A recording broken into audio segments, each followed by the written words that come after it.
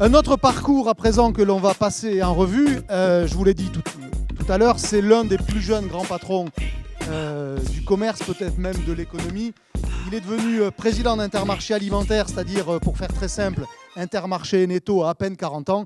Il vient partager avec nous quelques enseignements de son parcours de l'entrepreneuriat, de ce que permettent les coopératives pour parvenir à cette ambition professionnelle. Merci d'accueillir Thierry Cotillard.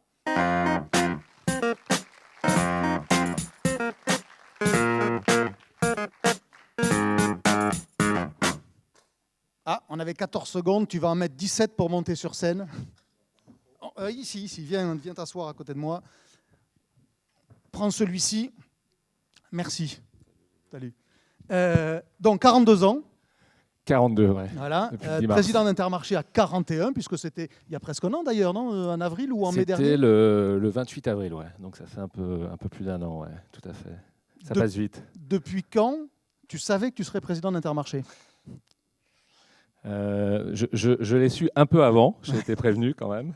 Donc l'Assemblée générale n'a pas été une surprise complète? Non, il y a évidemment une nomination, un vote, voilà, des sages, on va dire, de gens un peu plus âgés. Et je l'ai su avant, et parce que Philippe, que tu connais, voilà, nous Philippe Manzoni, qui était préparé déjà évidemment été ici. à cette fonction. D'accord. Surprise ou pas surprise?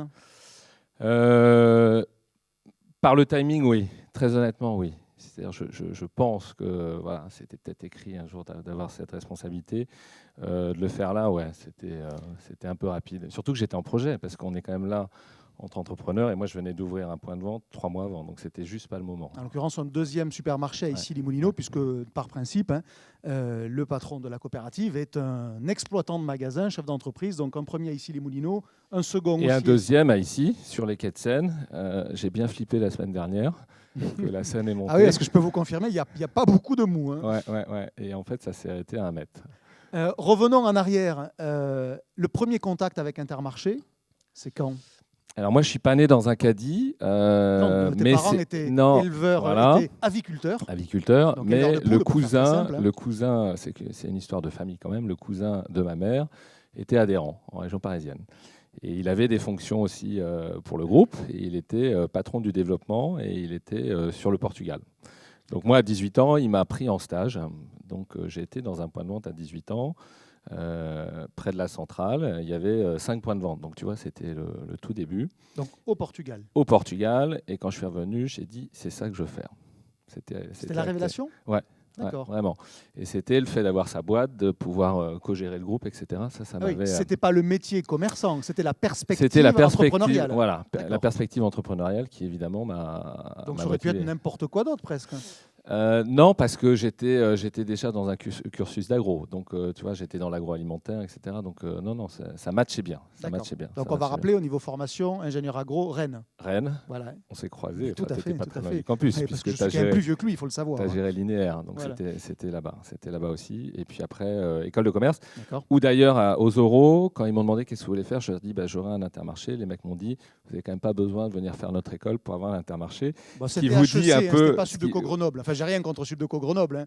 Mais à HEC, on lui a quand même dit, fais pas ce métier-là. Ouais, mais ça en dit long quand même sur l'image ou la perception qu'on a du commerce et de la distribution. Donc ça veut dire qu'il y a quand même un vrai sujet. Et on est plusieurs là à vouloir s'attaquer à, on va en parler sûrement, quels sont les profils demain pour venir chez Inter, chez U ou chez Leclerc. Évidemment, les mecs qui sont en école de commerce, par définition, doivent être des entrepreneurs. Donc, on va essayer de les approcher. Et pas que des gestionnaires de marque dans des bureaux feutrés. On y reviendra tout à l'heure. Revenons sur cette chronologie. Donc, Portugal, révélation, je veux faire ça.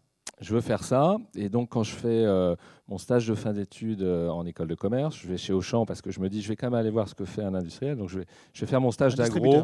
Ouais, mais avant, quand je suis à l'agro, je vais chez Nestlé. Je fais 6 mois et je vois comment ça se passe. Et après, je me dis, si je dois être mousquetaire, ce serait bien d'aller voir le commerce chez un intégré. Donc, je vais chez Auchan, qui me propose de partir à Shanghai pour faire ma copée, puisqu'à l'époque, on avait encore le service militaire à faire. Et là, le cousin, toujours le même, avec qui je suis associé, comme tu sais aujourd'hui, me propose l'Italie. Et moi, j'étais un dingo de foot, donc je me suis dit, Rome, ça va le faire. Et donc, je suis parti à Rome 18 mois et j'y suis resté 1 an de plus puisqu'ils m'ont embauché et j'ai eu le statut de marque. Là, j'ai été permanent au sortir de la copée pour Intermarché. Tu faisais quoi? Alors, la double Premier boulot casquette, Intermarché. ouais. Alors, la double casquette, ils avaient quand même regardé, même si je pense que j'étais un peu pistonné, tu vois, c'était le cousin qui était le patron. Bon, mais je l'assume, il n'y a pas de souci. Mais C'est déjà bien de le dire. j'avais la double casquette, donc je me suis occupé de développer la démarche qualité sur le terrain. Donc, c'était un exploit parce que je parlais quand même pas italien, donc pour aller leur expliquer la formation à l'hygiène, etc. Et après, j'ai eu rapidement plutôt les fonctions qui m'intéressaient, c'était le développement des ventes, les gammes, mon fameux sujet, donc les gammes et l'adaptation, puisqu'on avait plutôt pris des gammes françaises poussées, ça ne marchait pas, donc on a réadapté aux consommateurs italiens, et ça m'a passionné, et donc je suis passé à la direction de l'enseigne, tout de suite sorti du CSN pour gérer le business en général. Mais en permanent. En permanent. Alors qu'on a vu dans les parcours précédents, on peut tout à fait démarrer tout de suite. Un entrepreneur, c'était impossible chez Intermarché ou impossible dans la vision que tu avais de ce cursus? Alors, déjà, ce n'était pas possible, j'avais 23 ans et la règle chez nous, c'est minimum 25, donc il aurait fallu attendre 2 ans. Mais j'étais bien permanent, c'est-à-dire que ça m'ouvrait les chakras et je voyais aussi de l'intérieur comment la machine fonctionnait. Donc, non, je ne regrette pas du tout. Donc, j'ai fait l'Italie 3 ans. Et en fait, quand tu rentres, on te dit un bon permanent doit postuler à un moment, doit avoir son Intermarché. Et c'est 3 missions de 3 ans. C'est ce qu'on te dit au début? C'est ce qu'on t'explique au début. C'est fini parce qu'aujourd'hui, on a quand même bien compris qu'il y a une génération qui veut entreprendre et ça, on continue de les aider. Et puis, il y a d'autres cadres qui resteront cadres toute leur vie. Et ce n'est pas pour ça qu'ils sont mauvais d'ailleurs? Pas du tout. Donc, on te dit ça tombe bien, c'est ce que tu veux faire. Ça tombe bien, c'est ce que je veux faire. Et je reviens en France pour m'occuper de la création d'une région. Donc là, c'est plus des fonctions administratives, financières, développement. Donc j'avais fait Washington, Paris, Rome et j'arrive à Angoulême. Donc là, tu vois, gros changement de vie le dimanche après-midi à Angoulême, c'est terrible. Mais bon, il y a un bistrot sympa et puis on se fait un réseau local. Et ça dure 3 ans. 3 ans à la tête de la région. Il en parle comme d'un calvaire, vous avez vu. Ouais, ça a été... Non, mais j'y ai encore des amis. Et donc je fais 3 ans à Angoulême. Et je rentre sur Tréville parce que c'est notre bastion. Je rentre à Paris à Bondoufle. Pour prendre la dernière mission de permanent, puisque ça a été la dernière, c'était la division équipement de la personne, avec une enseigne qui était plutôt moribonde, on peut le dire maintenant, c'était Vetimarché, qui ne trouvait pas sa place parce qu'elle voulait être totalement indépendante dans un monde intégré, donc avec des méthodes qui n'étaient vraiment pas adaptées, puisque chacun faisait sa collection, on n'avait pas de massification, enfin tous les symptômes d'un commerce qui n'était pas vraiment adapté à son métier. Et donc, je me suis occupé de ça pendant 2-3 ans. Et ton premier grand fait d'armes a été de liquider Vetimarché, si je le fais de manière simple. Préparer la sortie. Ouais. Préparer la sortie à Kiabi. Et ce qu'il faut retenir, c'est que nos ex-adhérents Vetimarché sont extrêmement heureux chez Kiabi. Parce qu'en fait, alors j'ai pas assisté à toute l'assemblée, mais qu'est-ce qui rend heureux un commerçant? C'est évidemment, outre l'amour du client, c'est quand même son bas de page et évidemment son résultat et son chiffre. Donc là où c'était très compliqué en étant... On n'en avait pas parlé, on était resté sur le concept généreux de la liberté. Voilà, mais il y a ça aussi, et chez Kiabi, ça s'exprime plus facilement puisqu'ils ont les conditions d'achat, ils ont les techniques, ils ont l'informatique.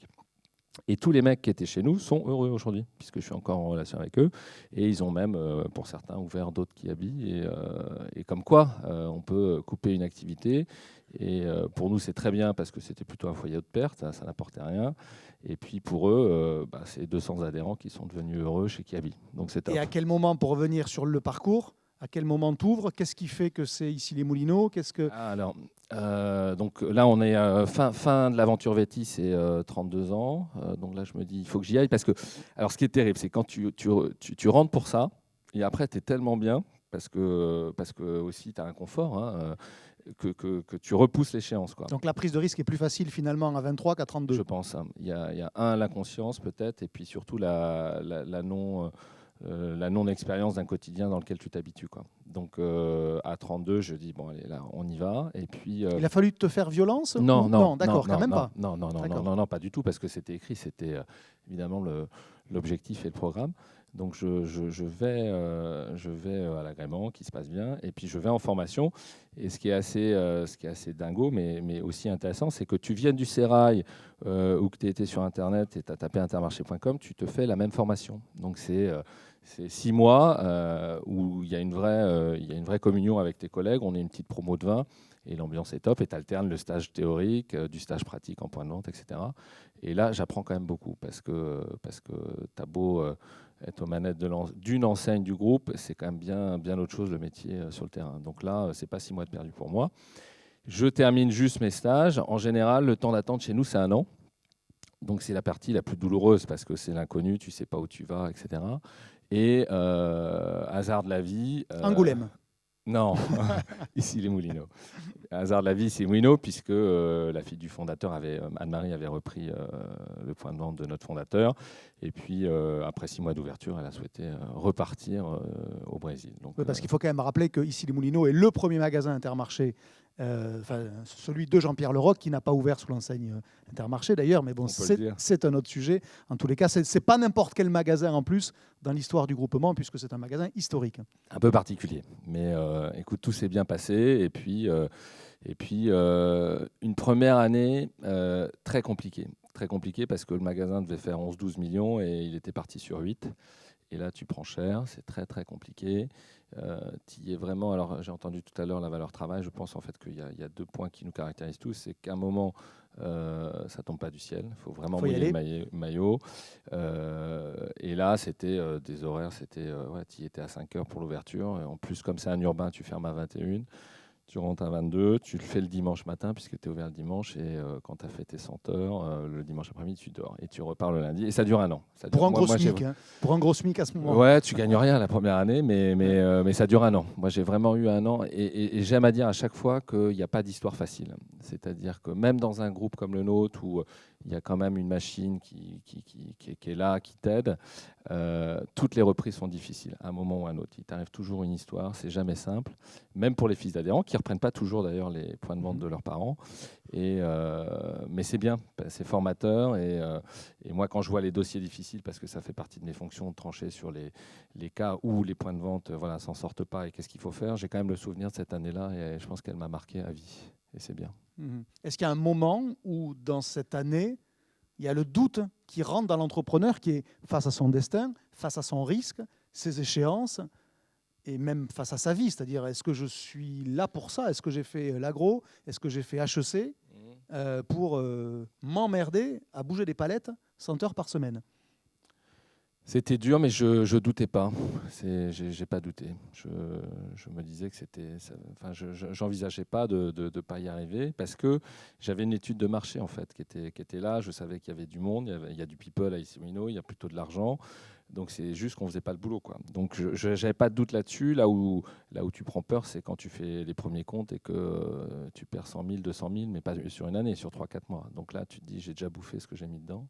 Enfin, j'avais mis un peu plus, mais tu les bouffes vite. Donc, au bout de 6 mois, je les avais bouffés. Donc, c'est un peu chaud. Ouais, c'est un peu chaud, mais là, les collègues t'aident. Nous, on a cette chance-là ou cette force, c'est que tu n'es pas seul. Alors, moi, j'avais mon cousin qui m'a suivi tout le temps. Et autour de moi, tous les mecs m'ont aidé. Ils m'ont pas laissé seul, ils m'ont tendu la main et ça a été vachement important parce que tu fais des conneries, tu commandes, tu crois faire 10 millions, tu commandes pour 10 millions et tu te retrouves avec ta TG pleine et tu n'en vends pas un. Et donc, ils viennent récupérer, tu as moins de casse. Donc, il y a une solidarité mousquetaire qui s'est instaurée. Elle n'a peut-être pas lieu partout parce que des fois, tu as des conneries, des mecs qui distribuent sur la zone des lots, des histoires qui font que les mecs ne peuvent pas s'entendre. Des rancœurs perso qui rendent la solidarité plus difficile. Mais le système est quand même pensé pour ne pas te laisser seul. Et dans la difficulté, moi, j'ai le souvenir effectivement de ces gars-là. Seul, tu aurais jeté l'éponge? Non, je ne crois pas quand même. D'accord, quand même pas. Je crois pas. À quel moment dans ce parcours, tu as compris qu'on te regardait en se disant, celui-là, il ira loin, tu vois. Alors après, quelle est la fonction? Elle est à déterminer, mais est-ce que tu as senti qu'à un moment donné, tu étais regardé comme un de ceux qui pourraient mener cette communauté d'hommes? Après, déjà, vous le savez, Intermarché est un peu moins sur l'extérieur que d'autres groupes indépendants, ce que fait d'ailleurs très bien les autres patrons des 2 autres enseignes, des 2 grosses enseignes en alimentaire. Nous, on est plus sur le collectif, donc j'ai envie de dire, il y a heureusement, et j'ai la chance moi aujourd'hui d'avoir une équipe autour de moi, il y a un tas d'adhérents très très bien, et t'en connais. Donc c'est toujours difficile, et c'est pas la finalité que de se mettre en avant. Mais pour répondre à ta question, j'ai envie de dire, c'est le jour où le président t'appelle, et tu le connais, c'est Philippe Manzoni, que toi, tu viens juste de commencer le tiers-temps, ça fait 1 an et demi que je suis en région, et il te dit, viens à une réunion, j'ai besoin de toi sur un sujet, et puis qu'à la fin de la réunion, il te file la direction des achats. Donc là, tu te dis, il est en train de se passer un truc, quoi. parce que moi, j'avais aucune légitimité à être patron des achats. J'avais jamais été dans un box. Donc là, tu te dis, bon, il y a sûrement un truc, mais en fait, il faut, en tout cas chez nous, il faut toujours garder la tête froide parce que le système. Les têtes sont vite coupées, ça on le sait, malheureusement, dans les coopératives. Comment on s'imagine la poursuite de sa vie d'entrepreneur dans une coopérative que l'on dirige dès la quarantaine? Là, Parce que sans te faire offense, à 55 ans, tu seras probablement plus président d'Intermarché Alimentaire. Est-ce qu'on peut être un adhérent comme un autre, une fois qu'on a été le chef d'entre eux? Ouais, alors c'est une bonne question. J'ai l'impression que c'est possible puisque je le vis à travers Philippe Manzoni, que je viens de remplacer, et quelque part qui rentre dans les rangs, c'est-à-dire qui redevient adhérent lambda, que moi je laisse pas seul puisqu'il m'a tendu la main, donc il revient dans mon board et puis il est sur les visions un peu stratégiques. Il faut surtout s'y préparer, c'est-à-dire tu es au service d'un collectif, tu le fais, c'est plutôt intéressant évidemment intellectuellement, ça peut même être grisant, c'est surtout qu'il faut se donner des règles, c'est-à-dire que moi, j'ai mon deuxième Intermarché. Si je voulais passer toute ma semaine à Tréville, je pourrais faire que ça. Donc, j'ai été très, très clair pour leur dire c'est le mardi, mercredi. Le jeudi, il y a les rendez-vous au ministère à droite, à gauche, et ça s'arrête là. Alors après, ça sonne tout le temps, etc. Mais physiquement, je suis bien présent pour le management de mes équipes, dans mes inters, le lundi, le vendredi et le samedi. Et puis après, par rapport à comment on se voit dans 10 ans, moi, je porte une responsabilité, mais que tous les grands patrons ont de la distribution, c'est de se dire, et Dieu sait qu'elle est importante, cette question, c'est est-ce que Intermarché ou notre groupement d'indépendants existera dans 10 ans? C'est-à-dire qu'on a beau faire 30 milliards, on est extrêmement fragile par rapport à ce qui est en train de se passer. C'est-à-dire, et toi, tu es un pro de ça, tu le sais, il y a des vrais virages, il y a des pure players qui arrivent sur le digital. Bon, il n'y a pas que Amazon, il y a tous les autres. Il y a même des industriels qui attendent qu'une chose, c'est surtout de plus bosser avec nous et puis de s'en occuper tout et seul. de s'en occuper tout seul, de distribuer leurs produits. Tu as ce phénomène-là, et puis tu es surtout un vrai virage de la consommation où les gens vont consommer différemment. Et donc, la responsabilité qu'on a quand on est à la tête d'un réseau comme Intermarché où il y a juste 2000 adhérents, c'est de se dire que les choix stratégiques, au-delà du quotidien, qu'on va prendre, vont être les bons pour être sûr qu'on va rester indépendant. Donc le sujet, c'est préserver l'indépendance dans un modèle économique qui bouge. Est-ce qu'il y a beaucoup de jeunes comme toi ou comme tu étais il y a quelques années, aujourd'hui chez Inter? Est-ce que le vivier est large et profond? On recrute tous les ans 150 nouveaux adhérents pour entrer dans le groupement.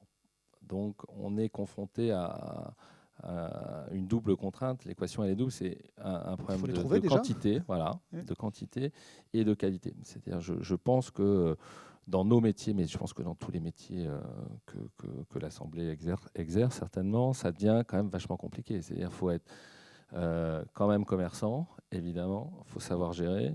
Et accessoirement, à fortiori dans les années qui viennent, il faut savoir manager ses équipes. Et avoir un peu d'argent de côté quand même. Aussi. On dit que c'est pas une fois qu'on est rentré dans le système, voilà, mais il faut y rentrer. Il faut déjà effectivement la mise de départ.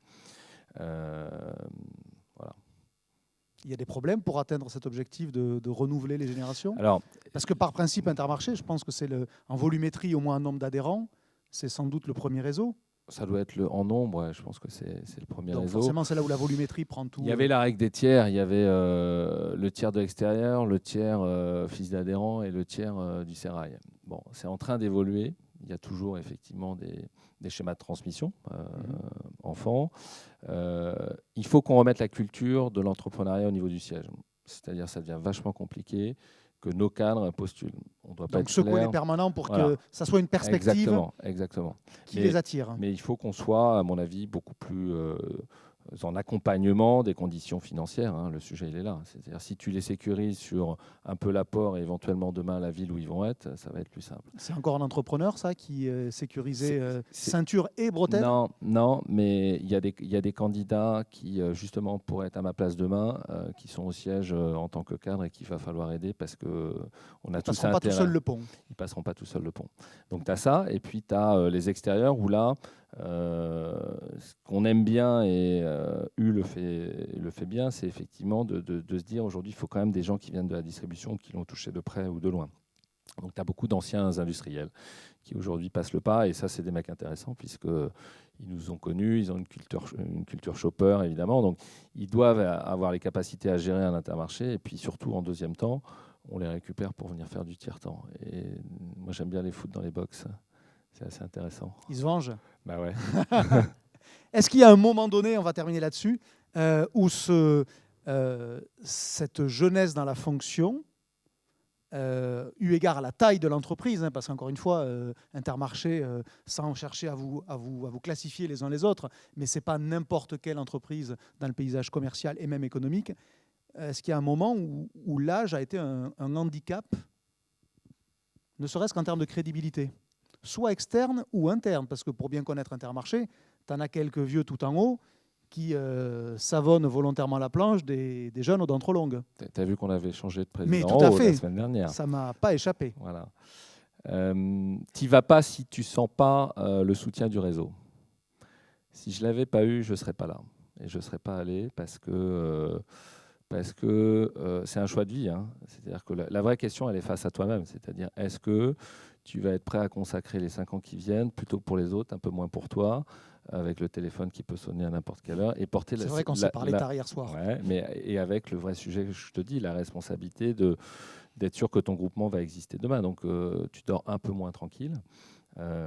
Et tu n'y vas que si, évidemment, déjà l'interne t'a accepté. Si ça n'avait pas été le cas, tu penses bien que j'y serais pas allé parce que y a quelques snipers et donc moi, j'ai pas envie de souffrir. Hein. Et ils visent bien. Hein. Je sais pas. L'histoire montre qu'ils ont quand même une bonne lunette. En tous les cas, vous pouvez remercier Thierry d'avoir partagé son parcours et de comprendre. C'était quand même un formidable résumé de ce qu'est le commerce coopératif, puisqu'on a entendu, à un moment donné, je me suis fait mal, ça a été dur, il y a eu le réseau, j'avais envie de les mener vers quelque chose, enfin j'ai envie de les aider à être là encore demain. C'est-à-dire que tous les volets de ce qu'est la coopérative, le commerce associé, on les a quand même retrouvés dans le parcours de Thierry. Alors je vous l'accorde, c'est quand même un parcours accéléré, mais il y a globalement à peu près tout ce qu'on venait chercher. Merci Thierry, à plus.